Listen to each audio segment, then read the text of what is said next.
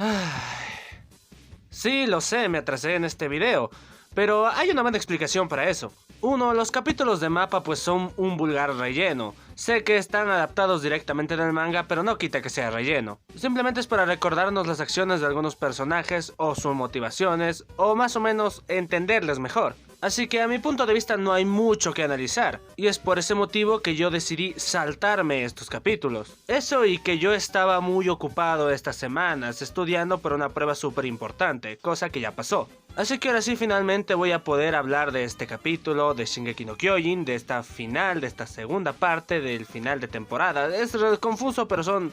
Mapa, ¿por qué mapa? ¿Por qué? ¿Por qué? Dichas mis aclaraciones, pues vamos a comenzar con el video. Yo soy Mr. Honanima y sean bienvenidos a...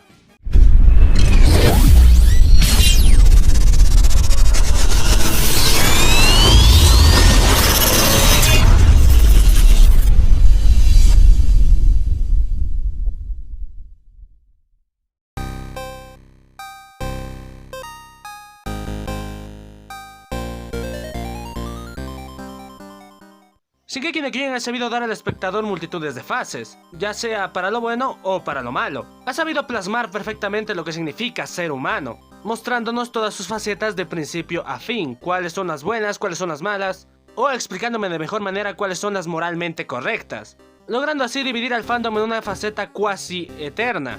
¿Es correcto lo que hace Eren? ¿O es que Armin y el resto tienen razón? ¿Por qué me apestan los pies? ¿Y Shingeki tendrá un final de mierda como en el manga? Todas estas y muchas otras preguntas serán contestadas no en esta temporada, sino en la siguiente, que se estrenará el siguiente año. Pero vamos a intentar analizar pobremente todo lo que trata en este capítulo. Ya solo queda decir que voy a analizar brevemente el capítulo y voy a tocar los puntos que más me interesen a mí.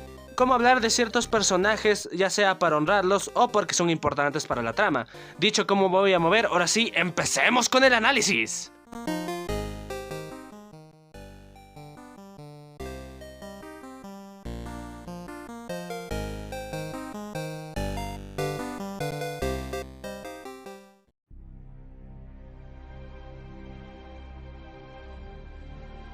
Este capítulo en un principio es bastante confuso, pero voy a intentar explicarlo de la mejor manera posible. Lo que pasa aquí es que nos muestran dos perspectivas del mismo pasado, una centrada en la experiencia de Mikasa y la otra en la experiencia de Eren, para así hacernos entender qué es lo que está pasando realmente entre estos dos, y a su vez hacernos entender lo importante que es su relación dentro de la historia. Pero ya vamos a llegar a ello. Para no confundirnos en los flashbacks, que es algo que sucedió en este capítulo, pues voy a dividirlo de manera cronológica.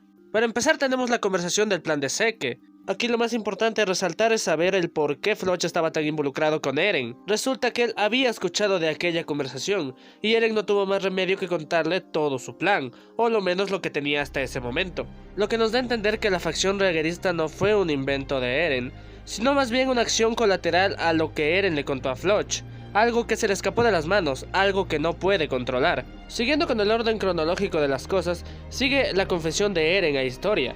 Y no una confesión de manera romántica, no pensemos mal, aunque este panel siempre cuestionó a muchos en el manga. Eren confiesa su plan Historia, después de todo ella era la que más debía saber del retumbar. Recordemos que los planes de la milicia iban a cometer los mismos errores que los eldianos de antaño. O sea, se iban a colocar Historia como una máquina de hacer bebés, e iba a haber una guerra por el control titán, cosa que sucedió tiempo atrás. Eren al contarle esto Historia la arrincona, haciendo que ella no pueda negarse, pese a que en un inicio ella lo hizo. Básicamente ahora Historia es una mera cómplice del plan de Eren, y es por eso que se le ve con ese semblante triste, impotente, sabía lo que se avecinaba y no podía hacer nada. Y es por eso que decide quedarse embarazada, para así retrasar los planes de la milicia de Eldia, haciendo así que el personaje de Historia pase de ser uno de los mejores de la serie a ser un simple secundario. Y es así como pasamos a uno de los momentos más amenos que tiene este capítulo, pero a su vez tiene mucho que comentar con respecto a la dualidad de ciertos personajes. Eren, Mikasa y el resto del escuadrón hacen lo que mejor saben hacer: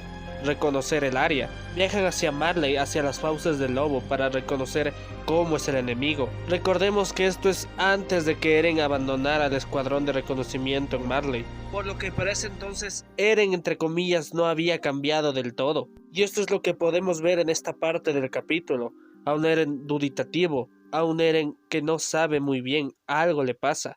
y es lo primero que vemos en los flashbacks relacionados a Mikasa. En esta parte de los flashbacks podemos ver lo que duda Mikasa de lo que siente por Eren.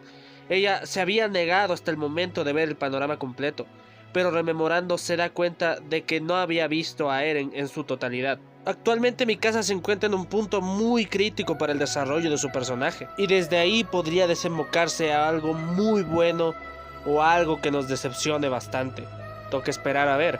Por otro lado, Eren al llegar a Marley se topó con la realidad. Eren hasta ese momento no sabía del peso que tenían sus palabras. Hasta ese momento su boca solo soltaba sandeces diciendo que la humanidad debería extinguirse y que él va a ser el encargado de eso. No fue hasta que los tuvo enfrente cuando se jactó que de esos enemigos que tanto deseaba matar no son más que simples humanos, simples personas igual que ellos. Y fue ahí cuando se dio cuenta de la hipocresía de sus palabras. El mundo está roto, sí, pero ¿tan lejos voy a llegar para salvar lo poco que me queda? ¿A cuántos inocentes he de sacrificar para cumplir mi meta? No, yo no quiero. Quiero salir de este ciclo, quiero escapar de este destino que me ata. Y es así como llegamos a una de las últimas escenas que son importantes en el capítulo.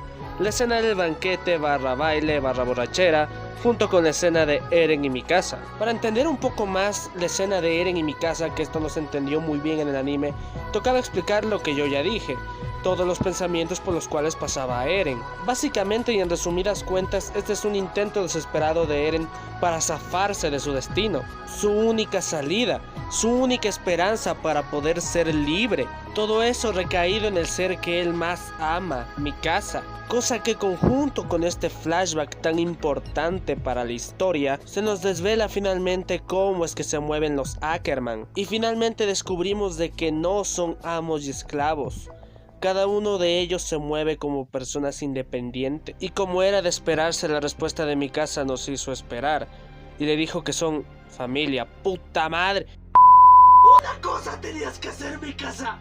Una y la cagas, no me la estoy putas creyendo. Dejando la cháchara de lado, esto yo ya lo había dicho, es predestinado, es algo imposible que pudiera haber sido cambiado. Cosa que en parte se nos confirma con la llegada del resto del escuadrón, y Eren diciendo justo a tiempo, porque él sabía que algo como eso no iba a llegar a pasar. Él ya en este punto había aceptado su destino, porque él, como ya se había dicho antes, tenía spoilers literalmente de todo lo que va a suceder más adelante en la serie. Él sabía que sí o sí iba a ser el retumbar, no había de otra. Y como digo, fue una jugada a la desesperada para ver si se podía salir de su destino. Y es así que por última vez Eren disfruta de su felicidad, disfruta de lo poco de libertad que le queda. Y se reafirma todo esto al ver a sus amigos felices. Eso es lo que quiere y hará lo imposible para lograrlo.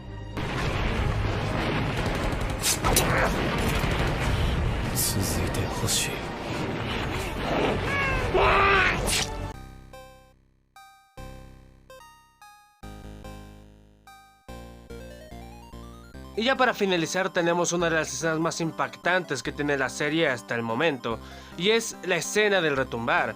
El retumbar finalmente está llegando a Marley y es una realidad, nada ni nadie puede detenerlo. Aquí finalmente tenemos la cúspide de todo lo que se ha construido hasta el momento, un mar de muerte y desesperación.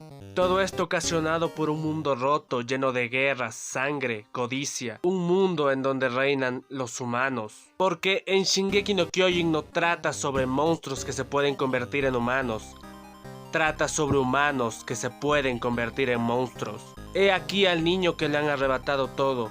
He aquí al niño que busca venganza, que busca libertad. He aquí al salvador de Eldia, a su demonio. He aquí al protagonista de Ataque a los Titanes.